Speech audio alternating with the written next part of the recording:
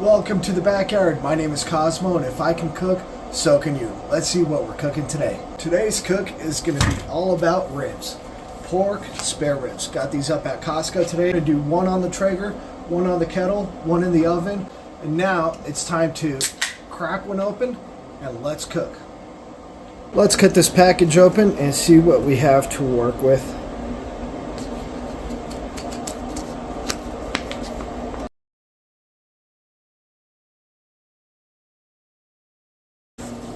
Pat all dry, trim right about here so we get a more even cook, a more even end product.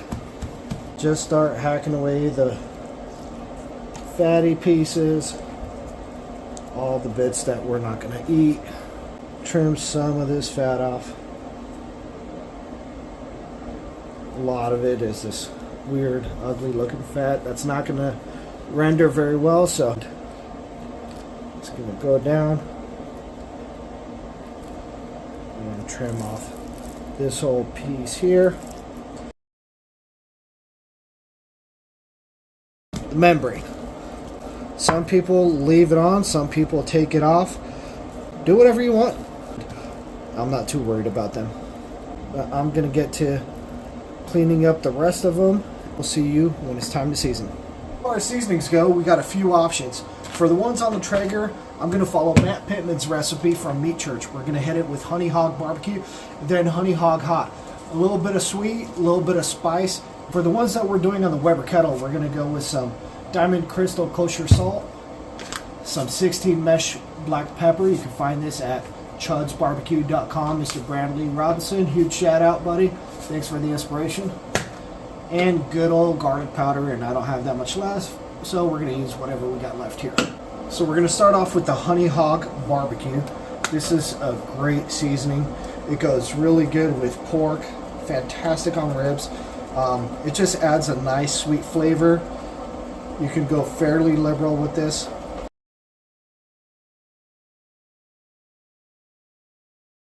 Traeger's rocking at about 275, and should take probably about 6 hours or so. Wrap these at one point. We're going to put them on at 275 on the Traeger right now, and when we do wrap them, we're going to add a few other things to it, including this Honey Hog Hot, which is absolutely fantastic. We are going to do 2 parts 16 mesh black pepper, 1 part Diamond Crystal Kosher Salt, 1/2 part garlic powder, but since this is all I have left, this is all we're going to use. This rub, although very simple, it is very versatile. Ribs, chicken, making a brisket, we hit that 1,000 mark, and once we monetize, guess what? We're getting a brisket video.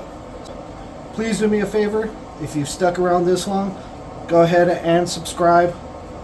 Hit that bell so that way you know when I'm dropping new videos, and give me a thumbs up.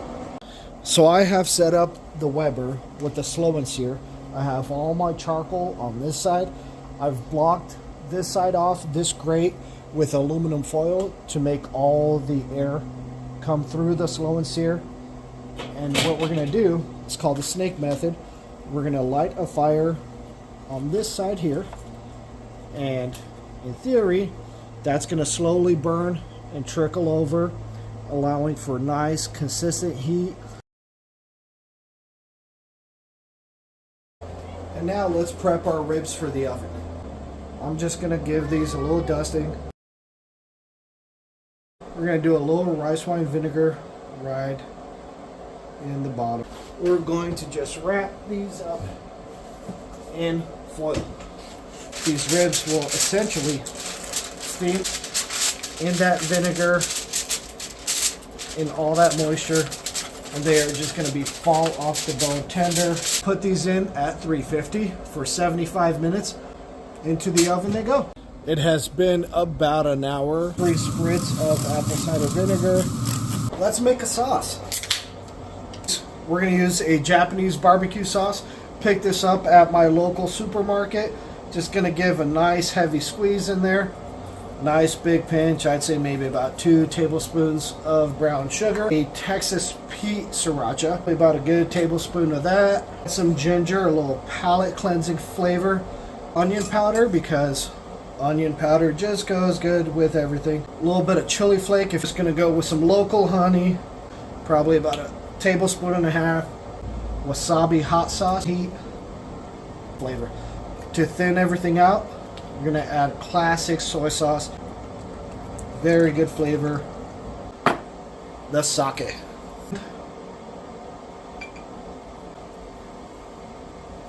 So we'll add about that much sake.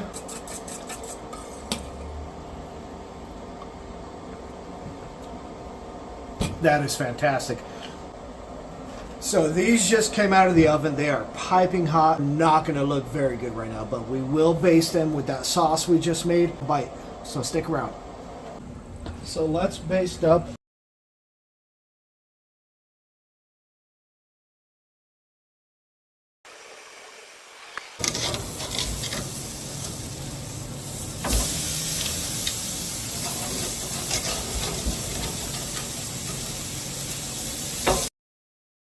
The first ones to be done, and they look amazing.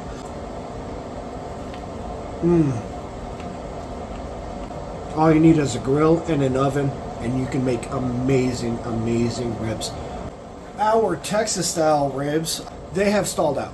They've been at about 165 to 168 for the last half an hour to an hour. I'm gonna pull them off, wrap them.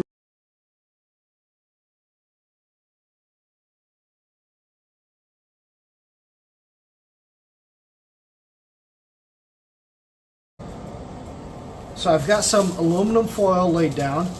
We're gonna add a nice big layer of brown sugar, some Irish creamy butter, a bit of honey to this. This stuff is fantastic. It is sweet. It's got a little jalapeno kick to it. Look at that. Look at that color. Nice rich mahogany. That's exactly what you want to see at this point. So face down.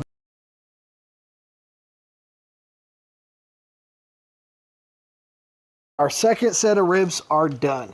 These are the ones we did with the meat church seasonings and the brown sugar and the honey and the butter on the Traeger. So let's open this up. Super, super tender. I can already tell they are fall off the bone, and look at that. And once again, that membrane, not an issue.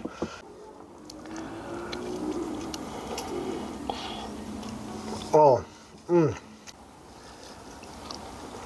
Yep. The salt, pepper, garlic on the Weber kettle, steaming hot. And let's take a look. Beautiful, beautiful bark on there.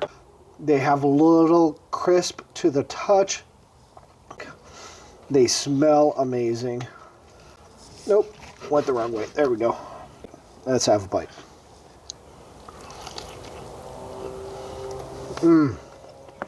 Pepper forward.